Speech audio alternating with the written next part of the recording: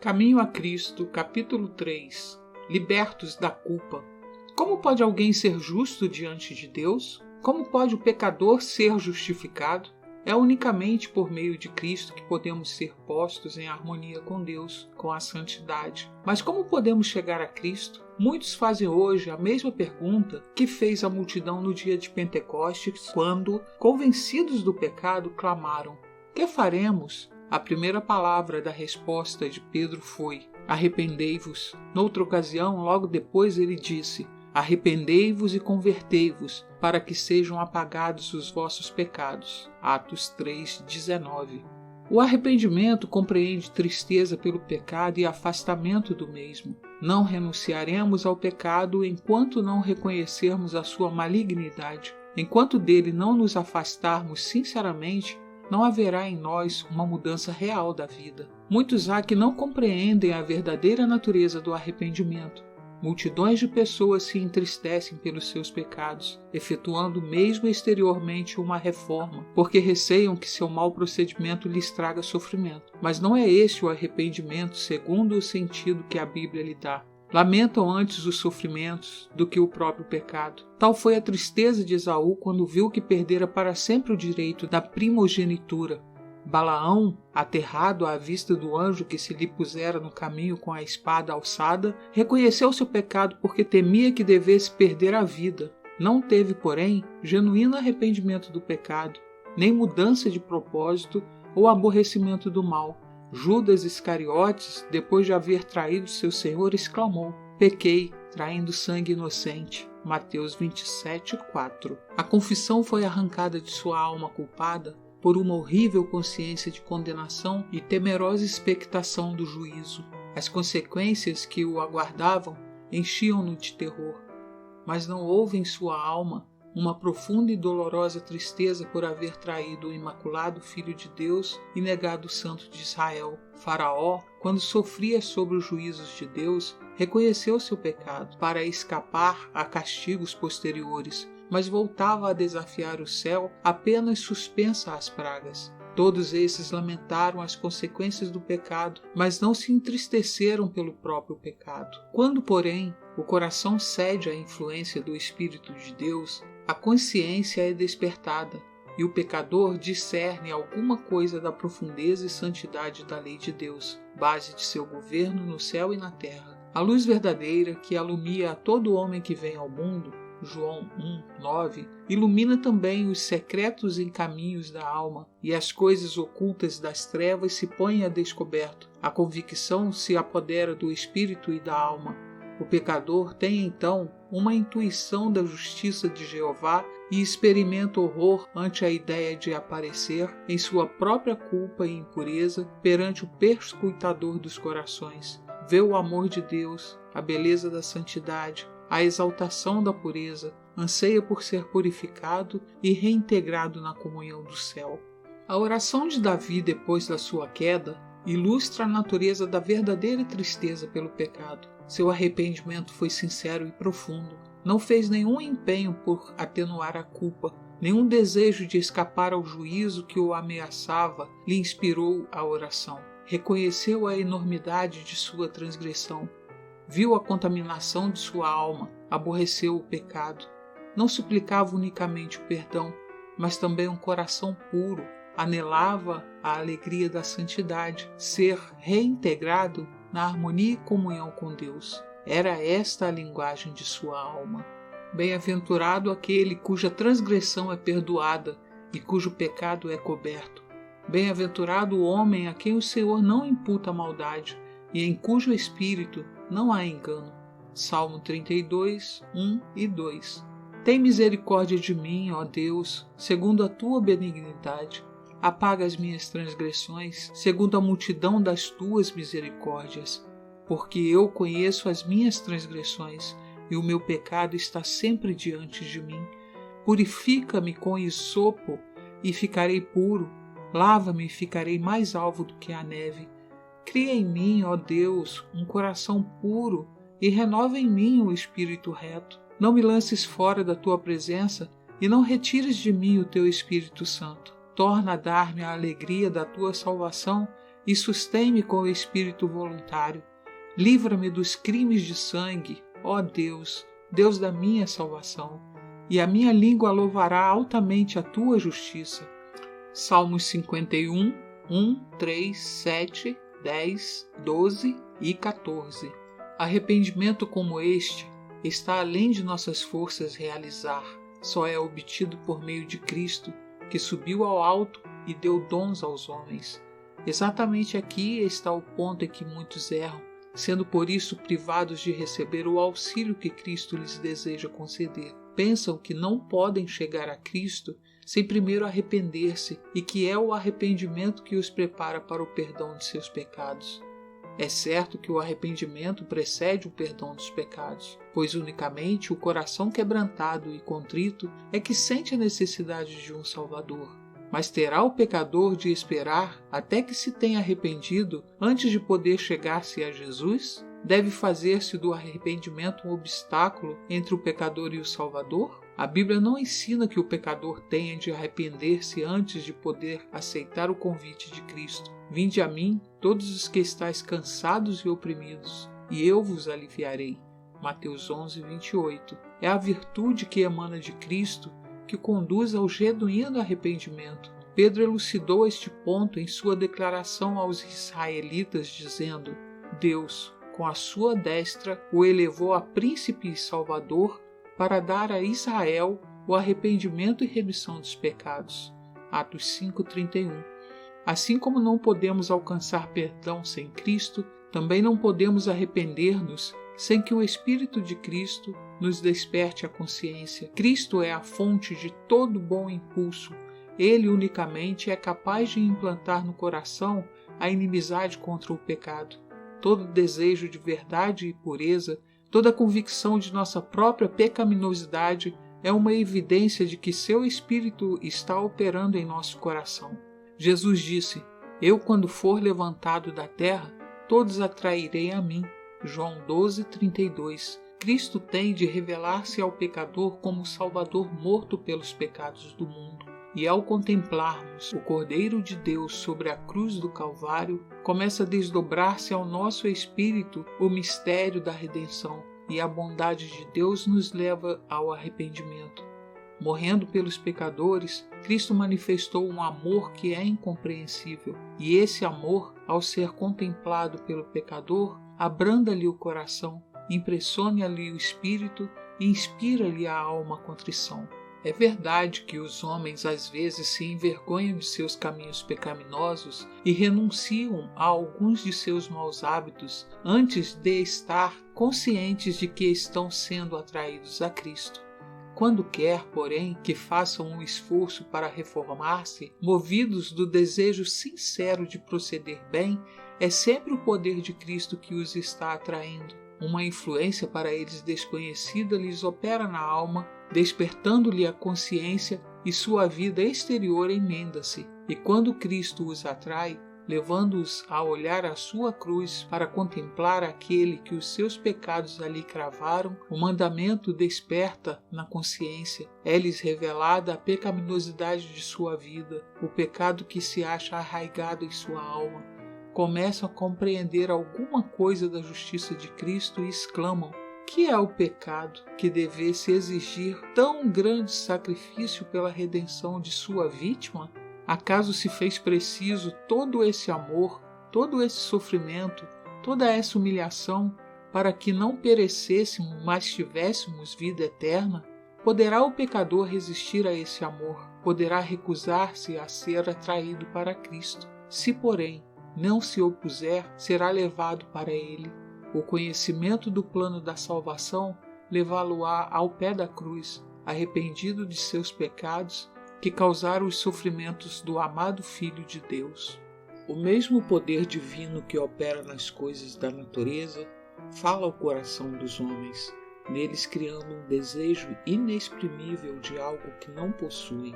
As coisas do mundo não podem satisfazer aos seus anseios. O Espírito de Deus insta com eles a fim de que só busquem aquelas que unicamente pode propiciar paz e descanso, a graça de Cristo, a alegria da santidade.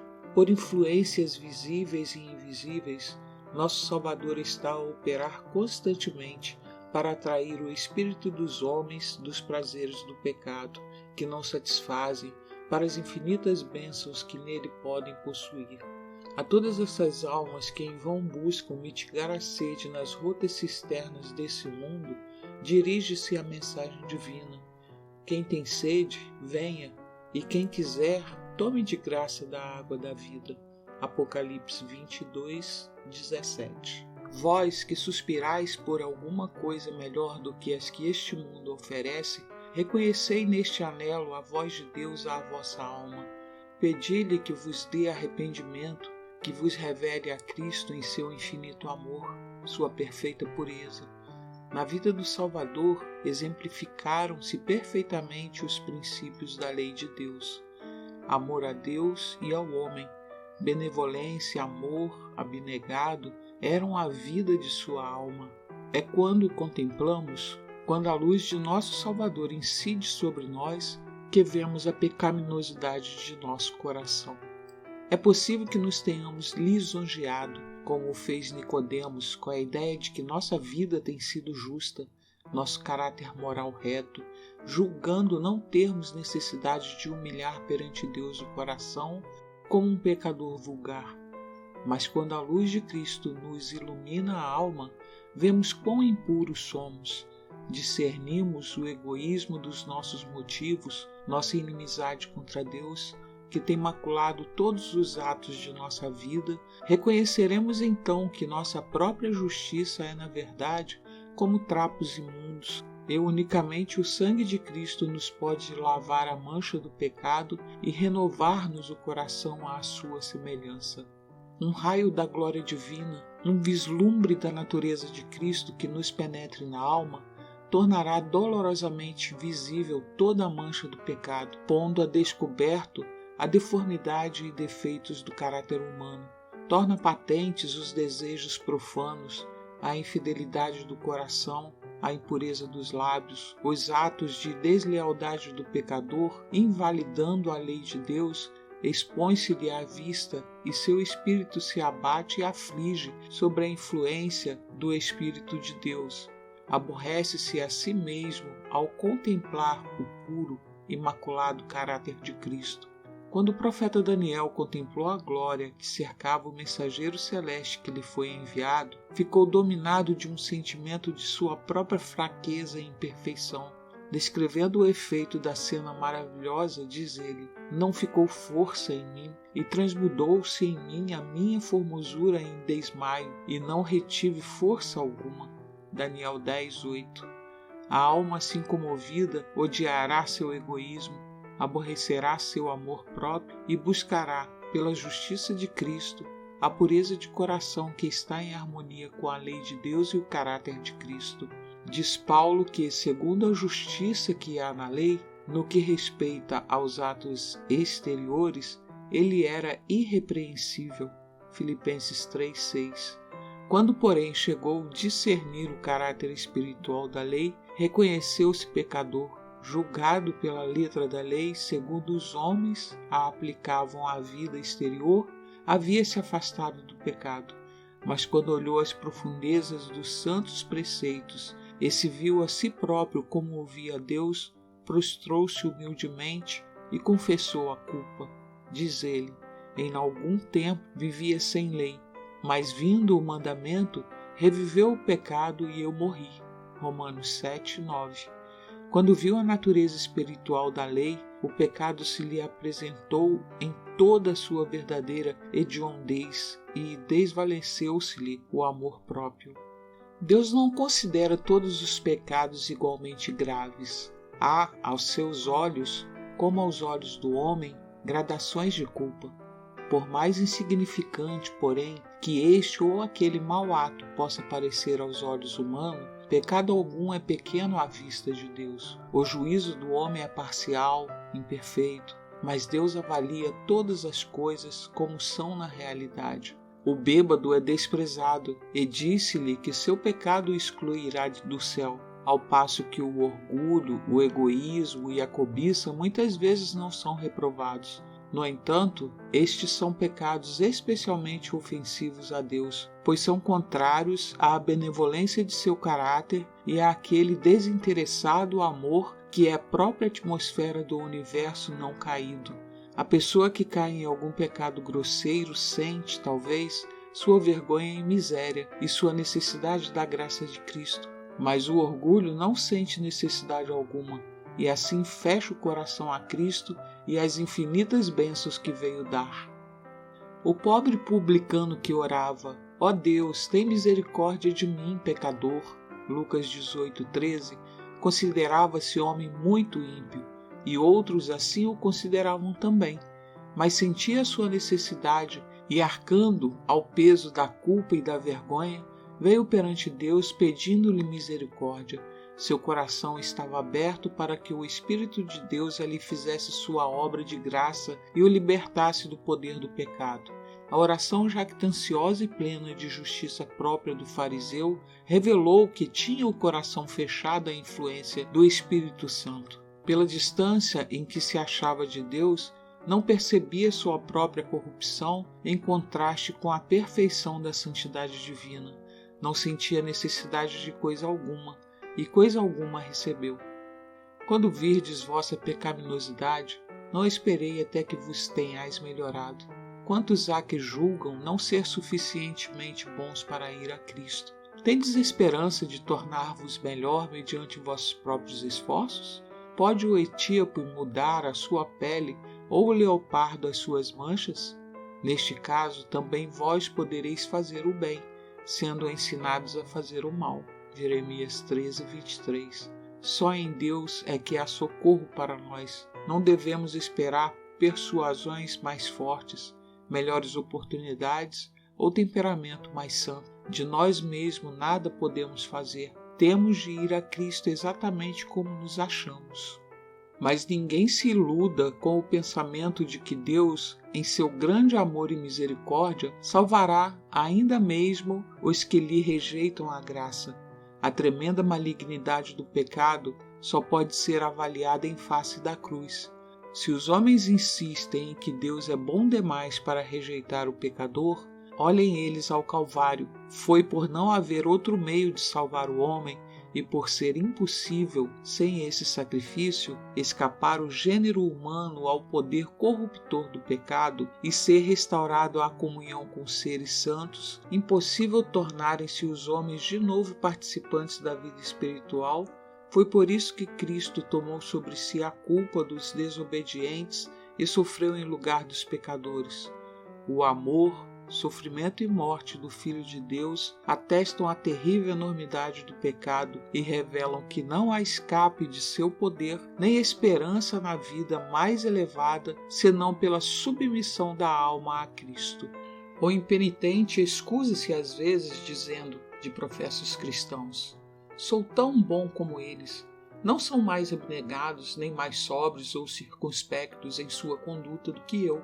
Amam os prazeres e são condescendentes consigo mesmos, da mesma maneira que eu. Tornam assim as faltas dos outros uma desculpa para a sua própria negligência do dever. Mas os pecados e defeitos alheios não excusam a pessoa alguma, pois o Senhor não nos deu um modelo falível e humano. O Imaculado Filho de Deus é que nos foi dado para exemplo, e os que se queixam do mau procedimento de professos cristãos são justamente os que deveriam apresentar melhor vida e mais nobre exemplo. Se tem tão elevado conceito do que deve ser o cristão, não será tanto maior o seu próprio pecado? Sabem o que é justo, todavia se recusam a fazê-lo. Guardai-vos da procrastinação. Não adieis a obra de abandonar vossos pecados e buscar por Jesus a pureza de coração. Nisto é que milhares e milhares têm errado para sua perda eterna. Não me demorarei aqui sobre a brevidade e incerteza da vida, mas há um terrível perigo que não é compreendido suficientemente em adiar atender à voz suplicante do Santo Espírito de Deus, preferindo viver em pecado, pois isso é o que é, na verdade, esse retardamento. Só com risco de infinita perda é que podemos condescender com o pecado, por pequenino que seja. O que nós não vencermos, vencer-nos-á a nós, operando a nossa destruição. Adão e Eva persuadiram-se de que, de questão tão insignificante como fosse comer do fruto proibido, não poderiam resultar tão terríveis consequências como as de que Deus os avisava. Mas essa questão insignificante constituía uma transgressão da imutável e santa lei divina e separou o homem de Deus, abrindo os diques da morte e trazendo sobre o mundo miséria indizível. Século após século tem subido da terra um contínuo grito de lamento e toda a criação geme aflita em resultado da desobediência do homem. O próprio céu sentiu os efeitos de sua rebelião contra Deus. O Calvário aí está como um monumento do estupendo sacrifício exigido para expiar a transgressão da lei divina. Não consideremos o pecado coisa trivial. Cada ato de transgressão, cada negligência ou rejeição da graça de Cristo recai sobre vós mesmos, endurece o coração, deprava a vontade, entorpece o entendimento, tornando-vos não só menos inclinados a ceder à eterna súplica do Espírito de Deus, como também menos capazes de o fazer. Muitos tranquilizam a consciência perturbada com o pensamento de que poderão mudar o seu ímpio procedimento quando bem o quiserem, que podem acolher levianamente o convite da misericórdia e, contudo, não deixar de serem impressionados repentinamente. Julgam que, depois de haverem desprezado o Espírito da graça, depois de haverem posto sua influência do lado de Satanás, em um momento de terrível aflição poderão mudar sua vida, mas isso não é tão fácil. A experiência, a educação de toda uma vida moldou o caráter de tal maneira que poucos há que desejam receber a imagem de Jesus. Um mau traço de caráter que seja, um só desejo pecaminoso, acariciado persistentemente, acabará neutralizando todo o poder do Evangelho. Toda condescendência pecaminosa fortalece a aversão da alma para com Deus. O homem que manifesta uma incredulidade obstinada ou uma estulta indiferença para com a verdade divina está apenas colhendo aquilo que ele mesmo semeou. Em toda a Bíblia não existe advertência mais terrível contra o brincar com o mal do que as palavras do sábio de que o pecador com as cordas do seu pecado será detido. Provérbios 5:22. Cristo está pronto para libertar-nos do pecado, mas não força a vontade. E se, pela persistente transgressão, a própria vontade estiver inteiramente inclinada ao mal e não desejarmos ser libertos, não querendo aceitar a sua graça, que mais poderá ele fazer? Nós mesmos nos destruímos por nossa deliberada rejeição do seu amor. Eis aqui agora o tempo aceitável, eis aqui agora o dia da salvação. 2 Coríntios 6:2. Se ouvirdes hoje a sua voz, não endureçais o vosso coração. Hebreus 3:7-8. O homem vê o que está diante dos olhos, porém o Senhor olha para o coração. 1 Samuel 16:7. Esse coração humano com suas emoções de alegria e tristeza em conflito, coração volúvel e extraviado, que serve de habitação a tanta impureza e engano. Ele lhe conhece os motivos, seus próprios intentos e propósitos. Ide a ele com vossa alma toda manchada como se acham. Como o salmista, abri de par em par suas câmaras aos olhos que tudo veem, exclamando: sonda-me, ó Deus, e conhece o meu coração. Prova-me e conhece os meus pensamentos, e vê se há em mim algum caminho mau, e guia-me pelo caminho eterno. Salmos 139, 23 e 24. Muitos adotam uma religião intelectual, uma forma de piedade, sem que seja purificado o coração. Seja a vossa prece: cria em mim, ó Deus, um coração puro, e renova em mim um espírito reto. Salmo 51:10. Tratai sinceramente com vossa alma, sede fervorosos e constantes, como se estivesse em jogo vossa vida mortal. Esta é uma questão que tem de ser resolvida entre Deus e a vossa alma, e resolvida para a eternidade. Uma esperança meramente suposta demonstrar-se-á a vossa ruína. Estudai com oração a palavra divina. Ela vos apresenta na lei de Deus e na vida de Cristo os grandes princípios da santidade, sem a qual ninguém verá o Senhor. Hebreus 12:14. Convence do pecado, revela claramente o caminho da salvação. Dai-lhe ouvidos como a voz de Deus falando à vossa alma. Ao verdes a enormidade do pecado, a vos verdes a vós mesmos, tais quais sois, não vos entregueis ao desespero. Foi para salvar os pecadores que Cristo veio. Não somos nós os que devemos reconciliar a Deus conosco, mas, ó maravilhoso amor, Deus em Cristo está reconciliando consigo o mundo, segundo Coríntios 5:19. Está procurando atrair, por seu terno amor, o coração de seus filhos erradios. Nenhum pai terrestre poderia ser tão paciente com as faltas e erros de seus filhos como é Deus com os que busca salvar. Ninguém poderia estar mais ternamente com o transgressor. Jamais lábios humanos dirigiram ao extraviado súplicas mais ternas do que ele. Todas as suas promessas, suas admoestações, não são senão suspiros de um amor inexprimível. Quando Satanás se chega a vós para vos dizer que sois grande pecador, erguei os olhos ao vosso Redentor e falai de seus méritos. O que vos ajudará é olhar para a sua luz. Reconhecei vossos pecados, mas dizei ao inimigo que Cristo veio ao mundo para salvar os pecadores. 1 Timóteo 1,15, e que por seu inefável amor podereis ser salvos. Jesus dirigiu a Simão uma pergunta acerca de 2 devedores. Um devia ao seu senhor uma soma pequena e o outro uma importância muito grande, mas perdoou a dívida de ambos. Cristo perguntou então a Simão qual dos devedores mais amaria o seu senhor. Simão respondeu: Tenho para mim que é aquele a que mais perdoou. Lucas 7,43. Fomos grandes pecadores, mas Cristo morreu para que fôssemos perdoados.